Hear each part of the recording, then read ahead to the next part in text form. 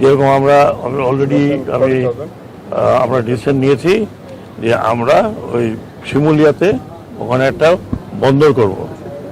শিমুলিয়াতে একটা বন্দরের খুব প্রয়োজন আছে, বহুত আগের এটা পরিকল্পনা ছিল।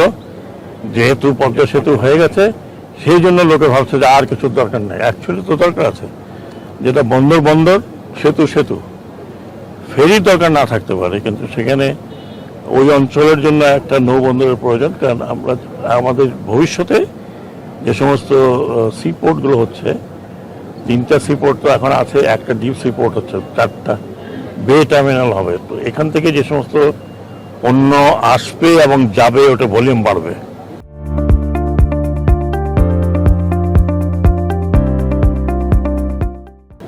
ভলিউম বাড়লে এগুলো ইন্টারনাল কন্টেনারগুলো নিয়ে এসে আমাদের বিভিন্ন জায়গায় ডিস্ট্রিবিউশন করার মতো শুধুমাত্র এখন আমাদের কাছে আছে পানগাঁও, যেখানে বাল্ক এবং কন্টেনারের ব্যবস্থা আছে। তারপরে আর একটা হবে চিটাগাং, সরি নারায়ণগঞ্জে, একটা হচ্ছে খানপুরে একটা হচ্ছে যে বাল্ক।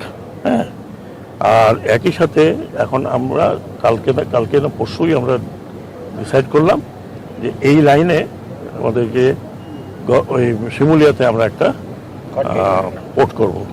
আমার হাতে যে সমস্ত যতগুলো প্রজেক্ট ছিল তো চলমান, সেগুলো থেকে যেগুলো আমার কাছে মনে হয়েছে যে প্রয়োজন নেই, সেগুলো বাদ দিয়ে যেগুলো প্রয়োজন আছে সেগুলো দ্রুত শেষ করার চেষ্টা হচ্ছে।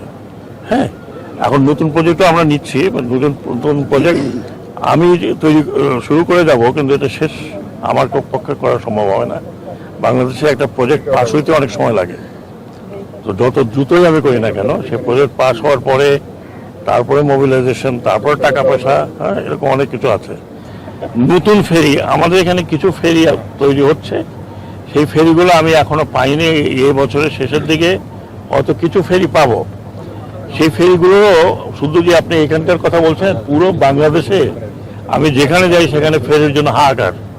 এই কয়েকদিন আগে আমি সন্দ্বীপে গেলাম, ফেরি দিলাম, তারপরে মহেশখালীতে গেলাম, মহেশখালীতে এখন কুতুবদিয়া ওরা আমাকে ধরেছে যে ওখানে ফেরি দিতে হবে। অ্যাকচুয়ালি ওগুলি তো দেওয়া উচিত, কারণ ওগুলো তো একেবারে বিচ্ছিন্ন জায়গা, ওখানে তো এরকম রাস্তাঘাট নাই।